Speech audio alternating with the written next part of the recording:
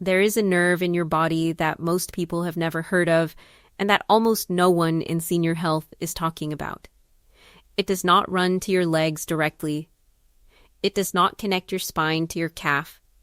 It does not live in the anatomy your doctor examines when your legs are the problem. It runs from your brainstem, down through your neck, past your heart, through your diaphragm, into your gut. And from your gut, through a web of connections that science is only beginning to fully understand, it reaches systems that determine the quality of your circulation, the level of inflammation in your blood vessels, and the behavior of the nerves in your lower legs every night while you sleep. It is called the vagus nerve. And after 60, something happens to it that nobody explains, and that may be one of the most quietly consequential changes taking place in your body. I am Dr. Mary, and today we are leaving medications behind for the first time in this series, because there is a mechanism running in your legs that has nothing to do with what you are taking and everything to do with a nerve that most seniors have never heard named.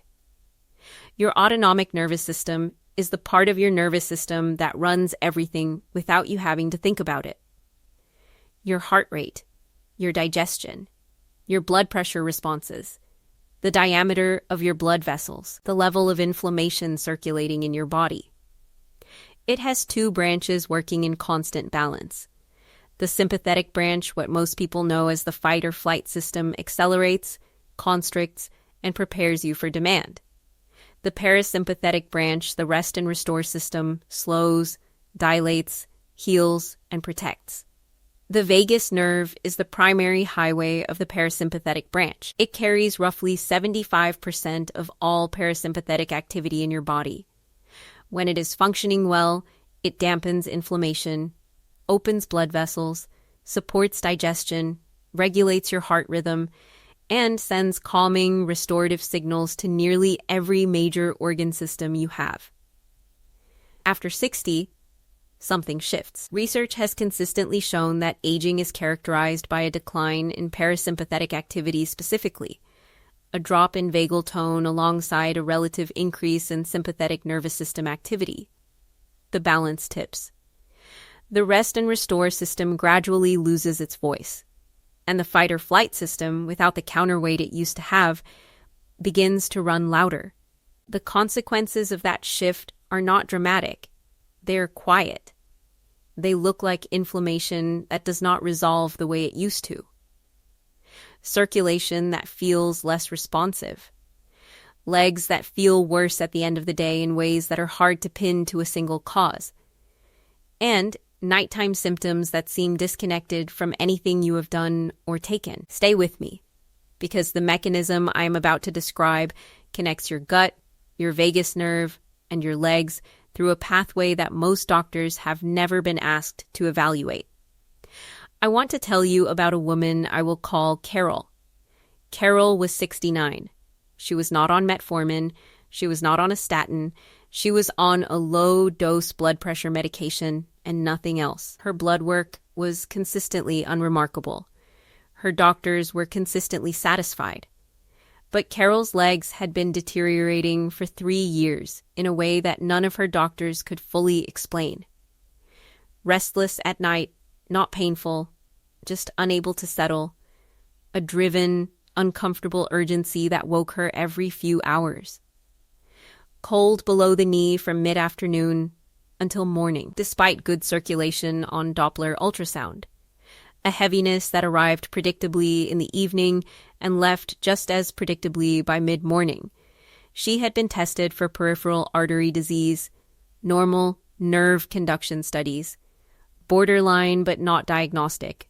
She had tried magnesium, potassium, stretching, compression socks, partial improvement, nothing complete. Nobody had asked about her gut. Nobody had measured her heart rate variability. Nobody had talked to her about the vagus nerve. Carol also had another set of symptoms she had never connected to her legs. Chronic bloating that had been present for years. A digestive rhythm that had slowed noticeably after 60 constipation where there had been none before. A feeling of food sitting too long, and a sleep quality that had changed around the same time as her legs, as if some internal regulatory mechanism had simply become less precise. These symptoms, gut slowing, disrupted sleep, cold extremities at night, circulatory regulation that felt less responsive, are not random. They share a common thread. And that thread runs through the vagus nerve. Here is the first way the vagus nerve connects to what you feel in your legs. Your peripheral blood vessels, the small arteries and arterioles that feed your legs, are regulated by your autonomic nervous system continuously. The sympathetic branch constricts them. The parasympathetic branch, via the vagus nerve and its downstream signaling, promotes dilation and supports the health of the endothelial cells that line them. When vagal tone is high and the parasympathetic system is doing its job, your blood vessels maintain a healthy, responsive balance, dilating when circulation is needed, constricting appropriately when it is not, and recovering quickly from the demands of the day. When vagal tone declines, as it does consistently, with age the balance tips towards sympathetic dominance.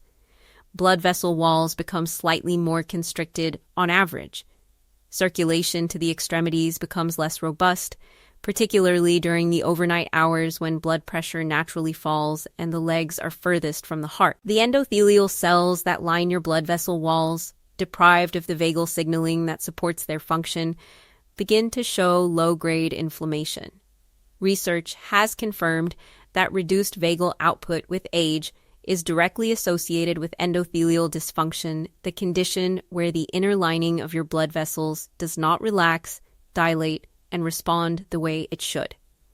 An endothelial dysfunction in the legs is precisely what produces the coldness, the heaviness, the sluggish recovery that many seniors experience in their lower limbs, especially in the evenings and overnight, when the system has the least reserve. Which is why Carol's workup was repeatedly normal, and her legs were repeatedly not. Stay with me, because the second connection between the vagus nerve and your legs is the one that explains why Carol's gut symptoms and her leg symptoms arrive together. And it may be the most surprising thing in this video. The vagus nerve does not only run signals down from the brain to the body. Approximately 80% of its fibers run in the opposite direction upward, carrying information from the gut, the heart, the lungs, and other organs back up to the brainstem. This afferent to efferent ratio is one of the most consistently documented anatomical facts in vagal neuroscience. Your gut is one of its primary sources of information. The vagus nerve monitors the state of your intestinal lining, the composition of your gut microbiome, and the chemical signals released by the cells and bacteria in your digestive tract. And your gut microbiome, in turn, responds to vagal signaling. What your gut does is partly regulated by the nerve that is monitoring it. When this bidirectional relationship is functioning well, when the vagus nerve is reading the gut correctly, and the gut is responding to healthy vagal tone, a number of protective things happen simultaneously. Digestion moves at the right pace. Gut permeability stays controlled. The cholinergic anti-inflammatory pathway, the mechanism by which vagal signaling suppresses inflammatory cytokines in the gut and throughout the body, remains active. When vagal tone declines with age, that anti-inflammatory pathway weakens. The gut becomes subtly more permeable. Inflammatory signals from intestinal bacteria begin to leak into the bloodstream at low levels, and those inflammatory signals, carried in the circulation, reach the blood vessel walls in your legs. Research published in Geroscience confirmed that the pro-inflammatory state induced by reduced vagus nerve output with age is directly associated with endothelial dysfunction, the very condition that impairs circulation in the small vessels of the legs and feet. This is the gut-vagus leg connection. It is not linear. It is circular. Declining vagal tone allows gut inflammation to rise. Gut inflammation feeds vascular inflammation in the legs, and compromised leg circulation reinforces the stress signals that further suppress vagal tone. Carol's gut symptoms and her leg symptoms were not two separate problems. They were two visible symptoms of one underlying shift the gradual quieting of the nerve that had been keeping both systems in balance. Now, here is something that almost nobody tells seniors, and that may be one of the most practically important things in this video. Vagal tone can be measured. Not perfectly. Not with a single number that tells you everything, but with a real and validated tool that your doctor can order or that you can track yourself with widely available consumer devices. It is called heart rate variability. HRV, your heart does not beat at perfectly even intervals. Even at a resting heart rate of 60 beats per minute, the time between individual beats varies slightly, sometimes 900 milliseconds. Sometimes 1050, sometimes 970. This variation is not a problem. It is a sign of healthy autonomic regulation. And the vagus nerve is the primary driver of it. When vagal tone is strong, your heart rate variability is higher, the intervals between beats vary more, reflecting the constant, healthy give and take of the parasympathetic system regulating your heart. When vagal tone is weak or declining, HRV falls. The heart beats with less variability, more rigidity, a sign that the autonomic system is less responsive and less adaptable. A study published in the journal Aging found that 2 weeks of daily transcutaneous vagus nerve stimulation in adults aged 55 and older improved measures of vagal tone and was associated with greater increases in baroreflex sensitivity, with improvements being most pronounced. In participants who had the greatest baseline sympathetic predominance, the people who needed it most benefited the most. What this means practically is that HRV is not just a fitness metric for athletes. For a senior over 60 with unexplained leg symptoms, a consistently low or declining HRV is a signal worth bringing to a doctor's attention because it points to a system that may be running with less regulatory capacity than it should. Most modern smartwatches and fitness trackers measure HRV. The numbers vary by device and by individual, so a single reading tells you less than a trend over time. A declining trend over weeks or months, particularly alongside the leg symptoms we have been discussing, is a conversation worth having. Now Carol. When Carol's care shifted to include her autonomic function, several things were looked at together for the first time. Her gut health, her sleep architecture, her HRV trend from the fitness tracker she had been wearing for 2 years without knowing what to do with the data, and her dietary patterns. Her HRV trend had been declining for 18 months. Her diet, on examination, was low in fermented foods and high in processed carbohydrates, a pattern that research increasingly links to a less diverse gut microbiome and reduced cholinergic anti-inflammatory signaling. Her gut symptoms had been present, untreated, for 4 years. The approach that followed was not a single supplement or a prescription change. It was a set of evidence-supported adjustments to the inputs the vagus nerve depends on. Here is what the research supports and what you can bring to your own doctor as a starting point. First, your gut microbiome and your vagal tone are linked. Dietary changes that support a more diverse gut microbiome, increasing fermented foods, reducing ultra-processed foods. Adding prebiotic fiber have been shown in research to positively influence vagus nerve signaling through the gut-brain axis. This is not a fringe claim. It is published in peer-reviewed gastroenterology literature. It is also the most accessible, lowest-risk starting point for anyone wanting to support vagal function. Second, slow, deep diaphragmatic breathing activates vagal efferent output directly. Breathing at roughly 6 breaths per minute, a practice sometimes called resonance frequency breathing or coherent breathing, has been shown to increase HRV measurably in healthy adults and has been studied specifically in older populations. 5 to 10 minutes of slow, deep breathing, preferably in the morning or before sleep, is the lowest barrier vagal support practice available. Third, cold exposure to the face or neck cold water splashed on the face, Or a cold, damp cloth held to the back of the neck for 30 seconds activates the diving reflex, which directly stimulates vagal output. This is not a treatment for any condition. It is a well-documented physiological response that can be used as a brief, daily vagal activation practice. And here's the one that surprised Carol the most, because it was the most ordinary thing imaginable, and it may be the one your legs have been asking for longest. Fourth, physical movement, particularly walking, supports vagal tone through multiple mechanisms, including improved baroreflex sensitivity, reduced sympathetic overdrive, and better gut motility. For people whose legs limit their walking distance, even short, consistent sessions of gentle movement support the autonomic balance better than rest. The legs that feel too heavy to exercise may be the legs most in need of the vagal support that exercise provides. Carol incorporated dietary changes and daily breathing practice over 3 months. Her gut symptoms improved noticeably within 6 weeks. Her HRV trend, which had been declining for 18 months, stabilized and then began to improve. Her evening leg heaviness and the nighttime restlessness that had disrupted her sleep for 3 years began to ease at the 2-month mark, not completely, but measurably and consistently. She did not add a single medication. What changed was the regulatory signal that had been quietly weakening for years and the daily inputs that gave it something to work with.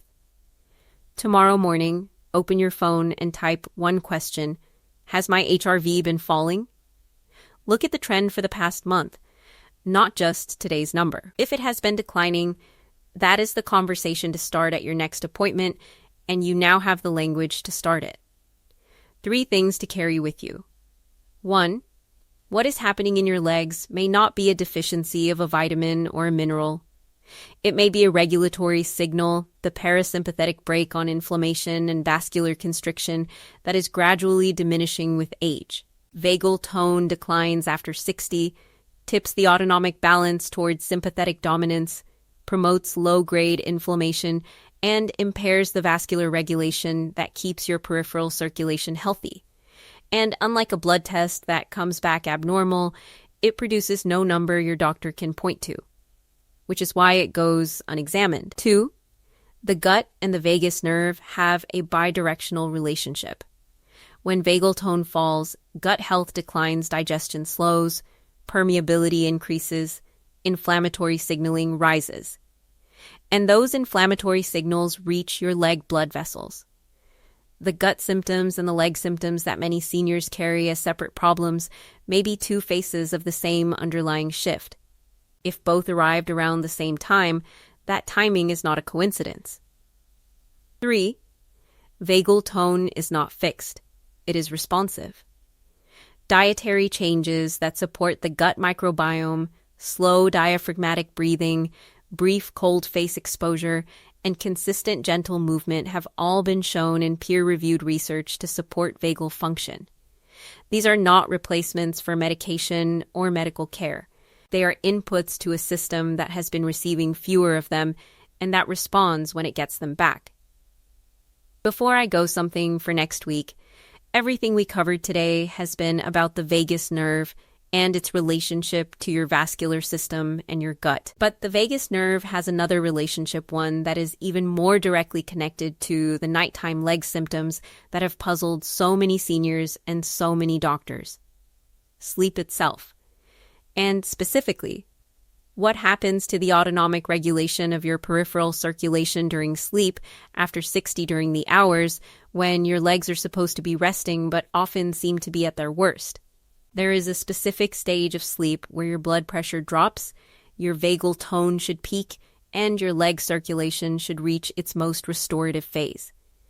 In many seniors over 60, that stage is disrupted not by insomnia, not by apnea, but by something quieter that almost nobody tests for. Next week, I am going to name it, explain why it matters specifically for your legs, and tell you what you can do about it without a sleep clinic. Subscribe so you see it the moment it goes up. Because if today changed how you think about the nerve that runs from your gut to your legs next week, will change how you think about the 8 hours those legs spend in bed. I will see you then. Take care of those legs.